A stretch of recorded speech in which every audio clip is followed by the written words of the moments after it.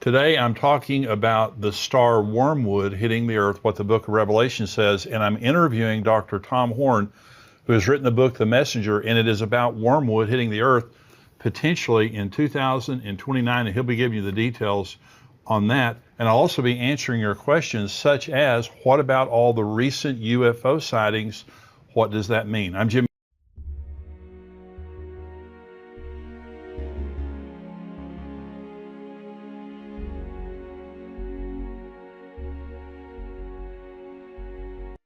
Welcome to the Tipping Point Show today. We've got a very, very interesting show today because we're talking about Revelation chapter 8, where Wormwood, the star Wormwood, hits the earth. Now, there is an asteroid headed toward Earth that NASA is talking about. All the experts are talking about it hitting the earth in April of 2029, and that's what this book is about by Thomas Horn. And we have a big interview coming, some in the free portion of the program. The rest of it will be in the subscriber portion after the break. But he's written this book called The Messenger, and this goes into detail now about what the experts are saying, and that is there is an asteroid, a major asteroid on the way to Earth. And many of the leading experts are saying it's going to hit the Earth on April the 13th, 2029. And so Dr. Thomas Horn is going to be talking about what that means related to the end times and when the beginning of the tribulation would occur. So stay tuned for that. Let me just kind of talk us up to the point of the interview with Dr. Horn. I've been talking about the book of Revelation, and there are basically 21 judgments. There are more than that actually in the book of Revelation, but you have the 7 seal judgments, and we've talked about that, the 7 trumpet judgments and the 7 bowl judgments, and they get worse. Now, they start out really bad. Some people ask, does the tribulation begin with, not too much bad stuff happening, and then there's the great tribulation? Jesus is the one that told us in the middle of the tribulation, when the abomination of desolation occurs, he said the second part of that is great tribulation such as never occurred on the earth. And so the last 3.5 years is definitely worse than the first 3.5 years, but the first 3.5 years are very, very severe. The first seal that is broken, there's a rider on a white horse, that's the Antichrist, and he has a bow, he's making war, he goes out to conquer and to make war. Then there's the rider on the red horse, that's the second seal that's broken. Peace is taken from the earth and men kill each other. Okay. The third seal is the rider on the black horse, and it says that there's famine and starvation. It takes an entire day's wage to buy enough food to survive that day. The fourth seal is broken, and it's the pale horse. A fourth of mankind is killed in different manner, by starvation, by sword, and by wild animals. It's just absolutely awful. The first 4 seals are terrible. The 5th seal is broken, and you have the altar of souls, where the people who have been martyred are asking God, how much longer do we have to wait? And the Lord says to him, there's more coming. There's more people who are going to be martyred.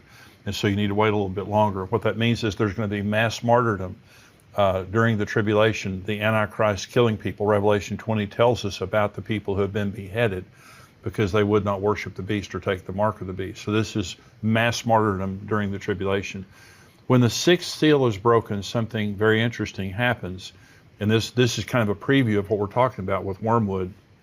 It says, and I looked when he opened the 6th seal, and behold, there was a great earthquake, and the sun became black as sackcloth of hair, and the moon became like blood, and the stars of heaven fell to the earth, as a fig tree drops its late figs when it is shaken by a mighty wind.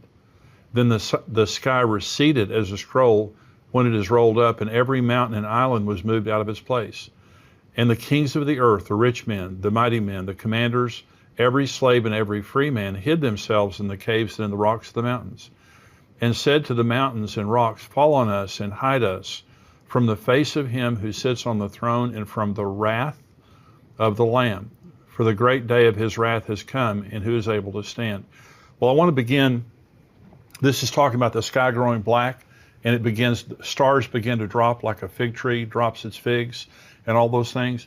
Well, if you saw the movie Greenland, it's a good movie, and it talks about extinction level event that happens when an asteroid hits the earth. And what you notice in that movie, which is a very realistic movie, is an asteroid is not just one big rock, even though it is ultimately.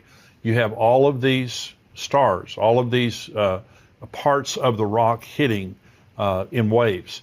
And so that would be like a fig tree losing its figs. And so we're going to read in just a minute in Revelation chapter 8 now, all of the events, or the first 4 trumpets, are going to sound in Revelation chapter 8. The seals are over. The first 4 trumpets are going to sound, and all of these are the same event. It's all wormwood that is about to hit, that hits, and the effect after it hits. So this is chapter 8. When he opened the 7th seal, there was silence in heaven for about half an hour. And I saw the 7 angels who stand before God, and to them were given 7 trumpets. Then another angel, having a golden censer, came and stood at the altar. He was given much incense, that he should offer it with the prayers of all the saints upon the golden altar which was before the throne. And the smoke of the incense with the prayers of the saints ascended before God from the angel's hand. And then the angel took the censer, filled it with fire from the altar, and threw it to the earth, and there were noises, thunderings, lightnings, and an earthquake. So the 7 angels who had the 7 trumpets prepared themselves to sound. So they're about to sound their trumpets, and as each one of them sounds the first 4 trumpets now, this is all talking about the same event. This is the first trumpet. Verse 7, the first angel sounded, and hail and fire followed, mingled with blood, and they were thrown to the earth. And a third of the trees were burned up, and all the green grass was burned up.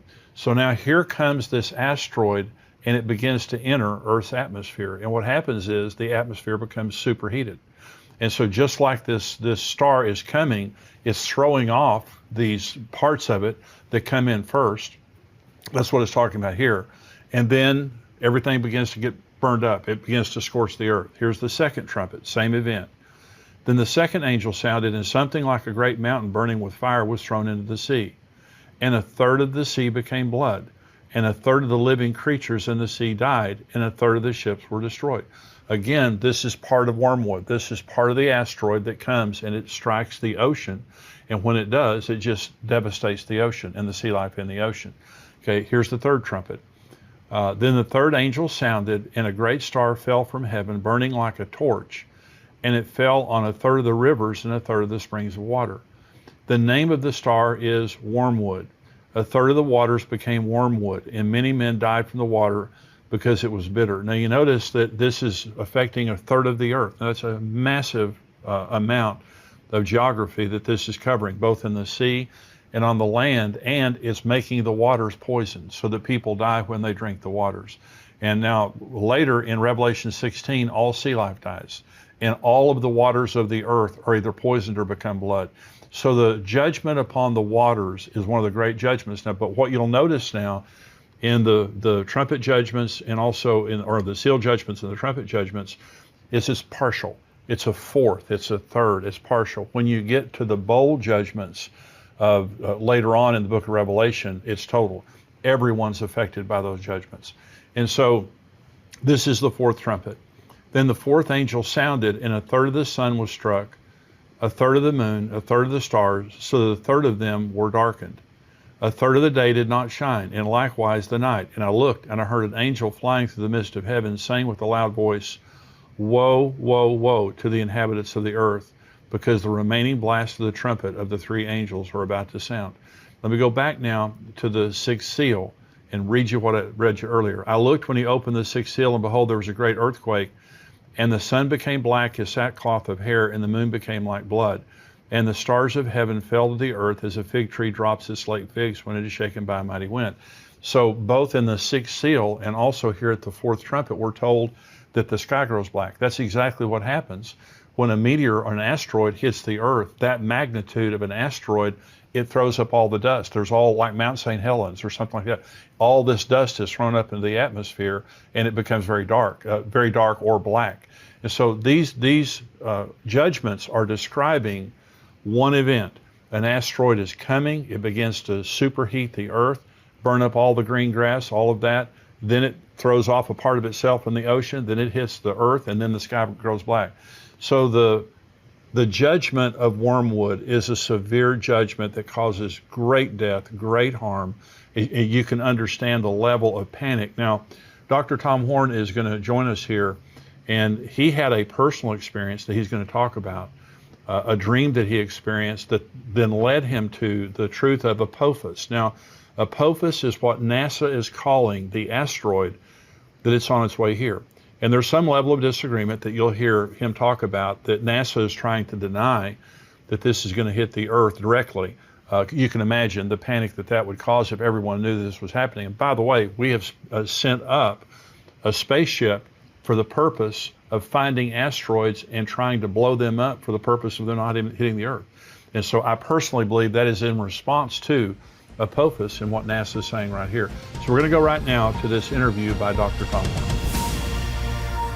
NASA has affirmed that there is an asteroid headed toward the Earth. They're calling it Apophis. And they're saying it's going to arrive, was it 2029?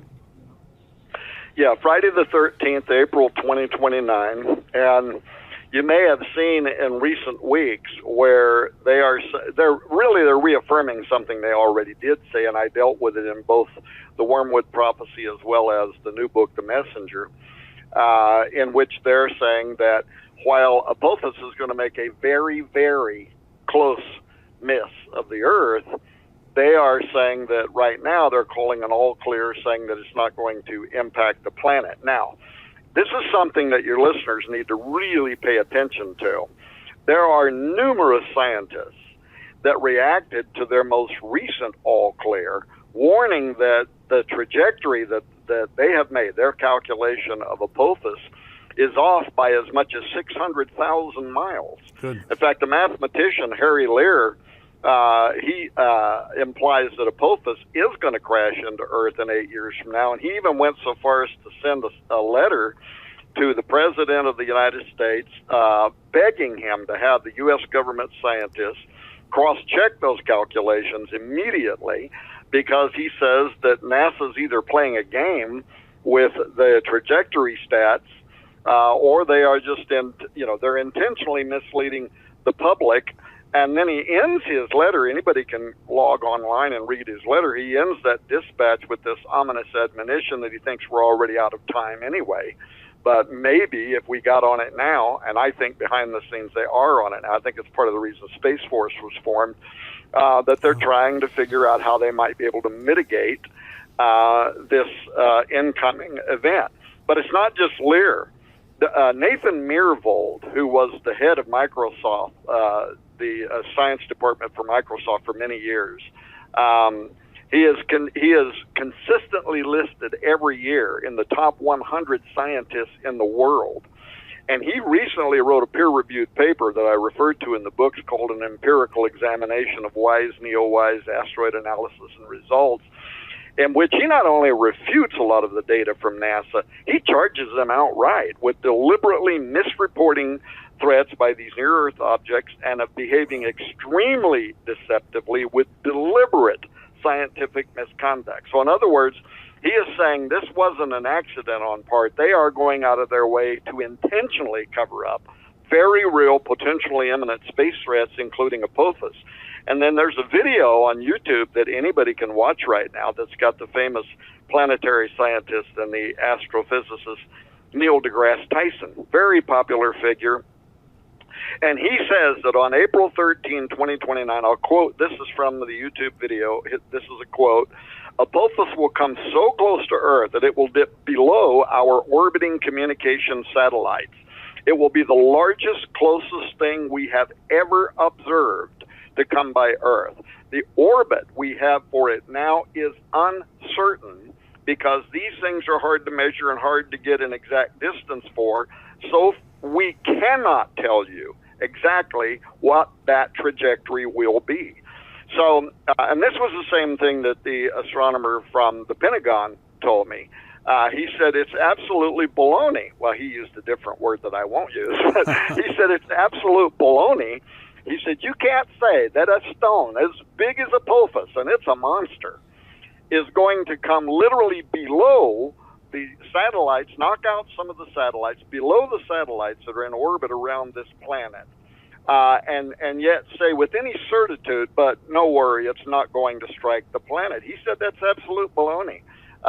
Watch the movie Greenland, where right up until the Well, and so you know that in the Yeah. beginning, NASA, they're all saying, no worries, it's just going to skim past, no big deal, take pictures, draw cartoon pictures of it.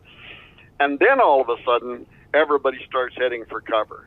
And that is what many of these people believe is going to happen with Apophis. Now, why would NASA be covering that up? Well, it's really obvious, because it would create mass panic. And maybe meanwhile, they might come up with some way to mitigate the incoming of that asteroid. Well, they're sending a spaceship up right now to blast an asteroid. They announced they are. Yeah. That's exactly right, and that's the reason why they are doing that. Well, that's a fascinating interview. I hope that you enjoyed that. Now, we have more of it coming, about 10 more minutes of that interview coming up in the subscriber portion. If you're not a subscriber, please become a subscriber. endtimes.com is where you go to subscribe. It's $7 a month, $77 a year.